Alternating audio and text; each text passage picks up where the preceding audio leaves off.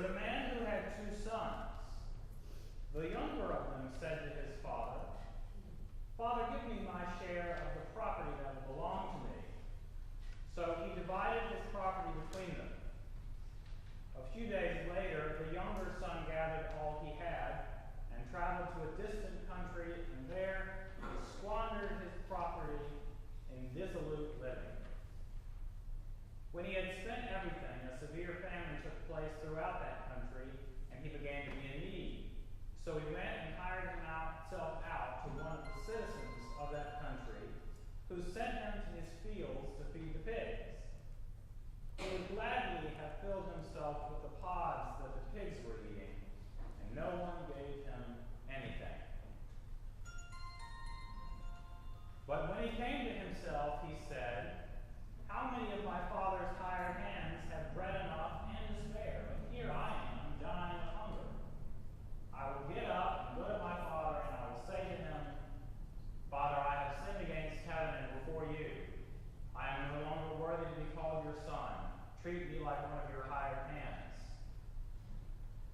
So he set off and went to his father. But while he was still far off, his father saw him and was filled with compassion, and ran and put his arms around him and kissed him. Then the son said to him, 'Father, I have sinned against heaven and before you. I am no longer worthy to be called your son.' But the father said to his slaves, 'Quickly, bring out a robe, the best one, and put it on him. Put a ring on his finger and sandals on his feet. And get the fatted calf and kill it, and let us eat and celebrate. For this son of mine was dead and is alive again. He was lost and is found.' And they began to celebrate. Now his elder son was in the field, and when he came and approached the house, he heard music and dancing. He called one of the slaves and asked what was going on.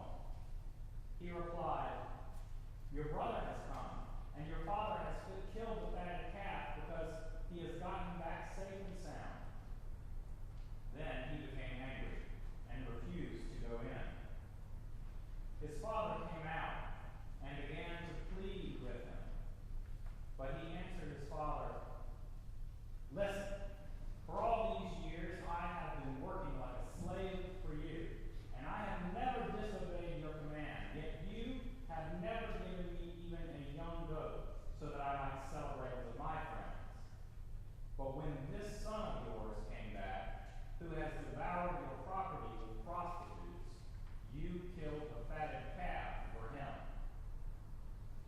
Then the father said to him, 'Son, you are always with me, and all that is mine is yours. But we had to celebrate and rejoice, because this brother of yours was dead and has come to life. He was lost and has been found.'" The Gospel of the Lord. Praise to you, Lord Christ.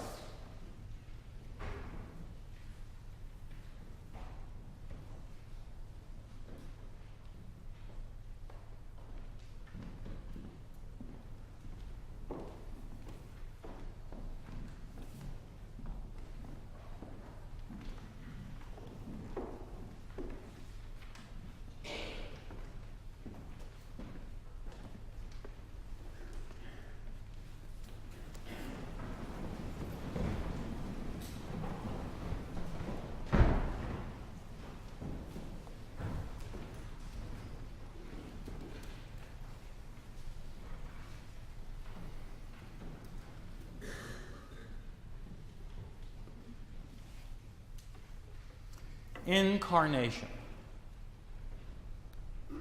That God has come to dwell among us as one of us and with us is the central, ineffable truth of the birth of Jesus in Bethlehem.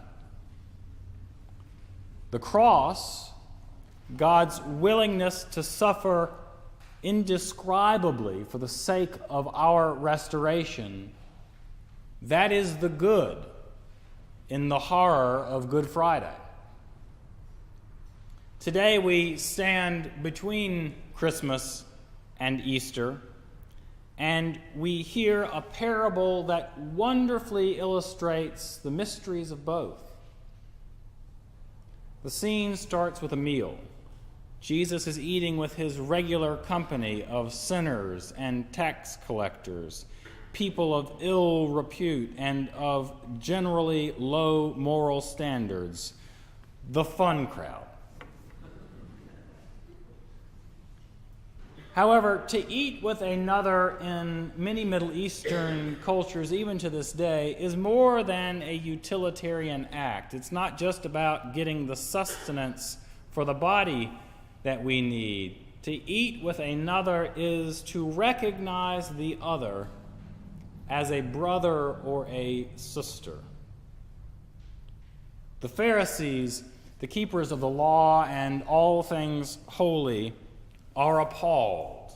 How could a supposed teacher allow himself to be defiled by such low-life company? The public shame of such a dinner would certainly have caused anyone else to pause, if not experience pain. But Jesus isn't just anyone else. Unfazed, he takes on the disdain and the public embarrassment for the sake of his dinner companions. He takes on these moments, these little crucifixions, for the sake of the larger goal of the kingdom.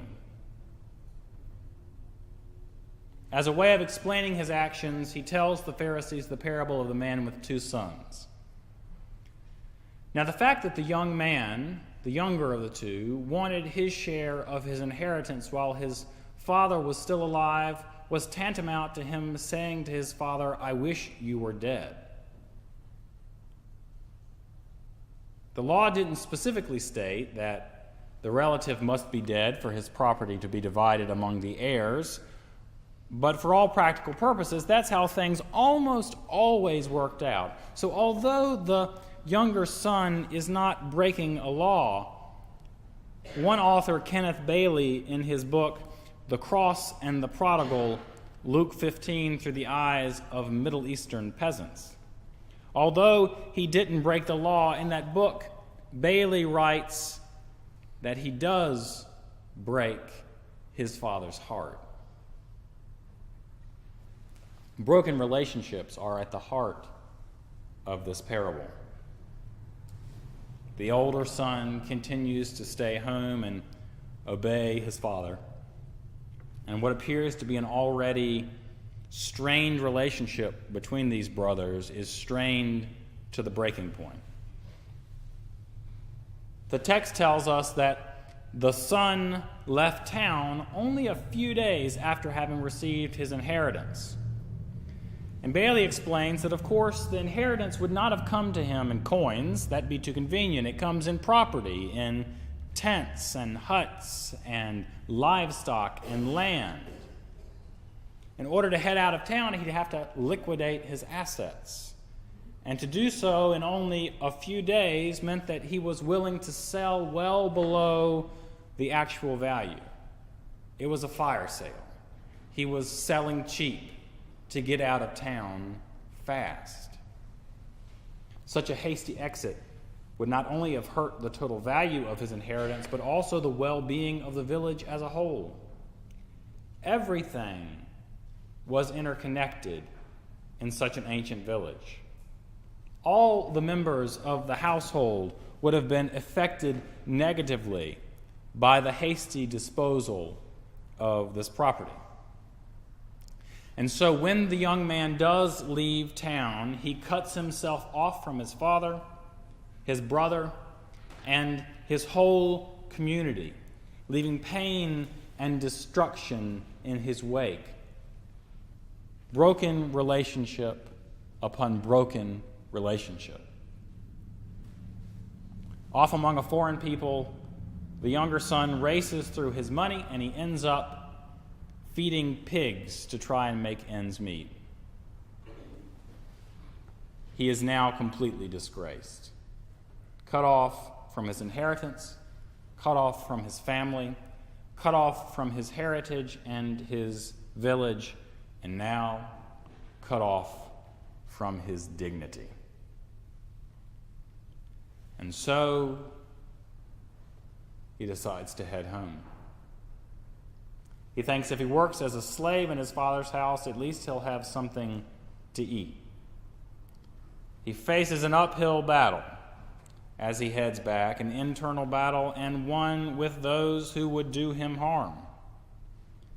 Custom would have mandated that he should have been shunned by his family and shunned by the village if he tried to return. There's even this ceremony that Bailey writes about where you would break a jar at the edge of town before the person coming back to town as a way of showing them how thoroughly cut off they are from their people. It would be a shameful and painful return, to say the least. And as this younger son approaches the village, his father sees him and runs out to greet him. And here we have the incarnation at work again. The father, at great personal risk and embarrassment, lifts up his robes, baring his naked legs, and he runs out to see his son. You see, village elders do not run. Bailey writes, this man probably hasn't run anywhere for the last 25 years. Yet his longing for a restored relationship compels him. He doesn't wait for his son to get to him. The father goes out to the son. Missed on our modern ears, it was an act that would have brought this old man great ridicule from the village. Overwhelmed by the joy of the father, the son gives in. He gives in to grace.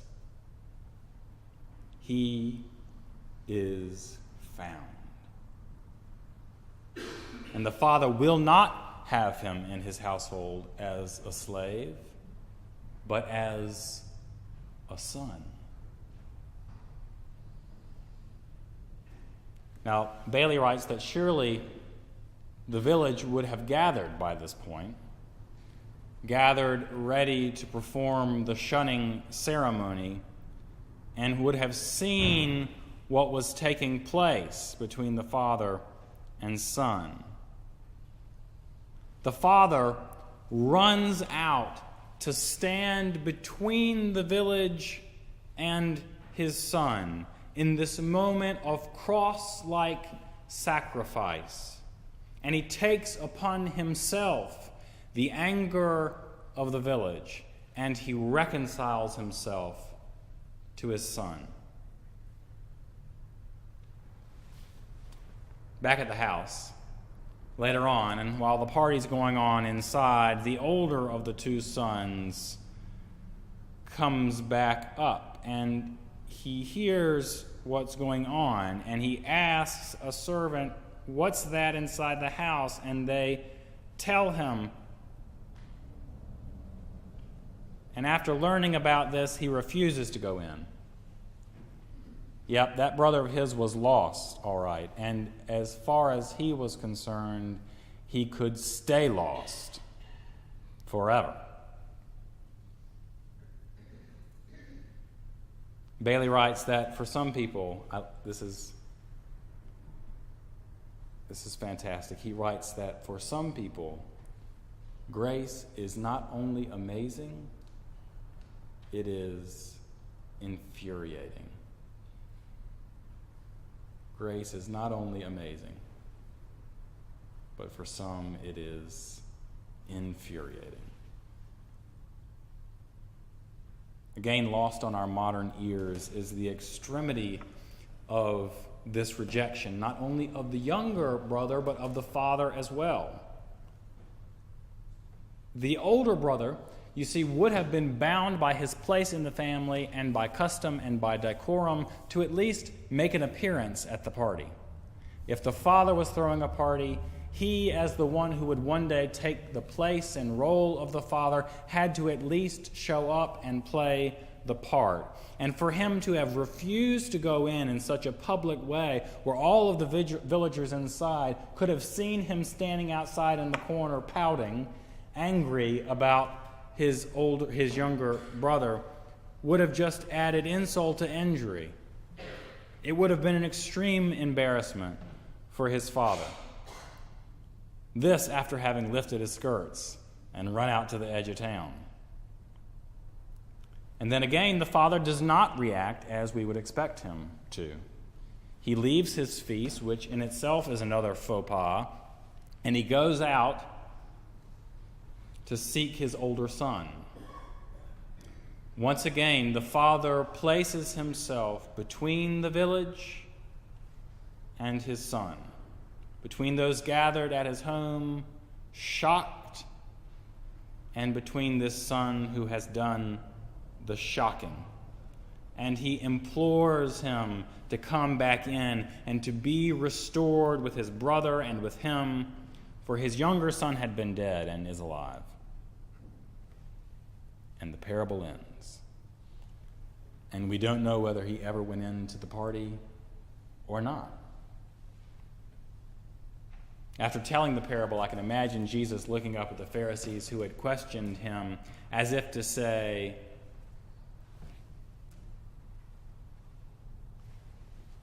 yes, I do eat with tax collectors and with sinners. You see, I choose to go out to the lost and to welcome them back into relationship. And like the older son, you Pharisees, the righteous also can go astray and grieve the heart of their father. And I come to them as well. Will the righteous then come into the celebration too? Or will they deny my grace and keep themselves outside of the feast? Restoration awaits each one of us with a Father who yearns to run out to us and to welcome us back. In Jesus, that race out to us to meet us where we are has already begun. And so we might ask ourselves, where at this moment do we find ourselves? Outside the feast, criticizing Jesus' choice of guests or his reason for celebrating? Or at the feet of the Lord, unable to respond in any way other than acceptance of the grace and goodness shown toward us?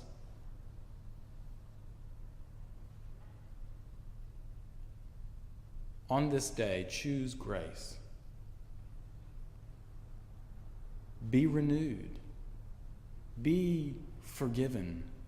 Be restored. Be overwhelmed. Be thankful. Choose grace.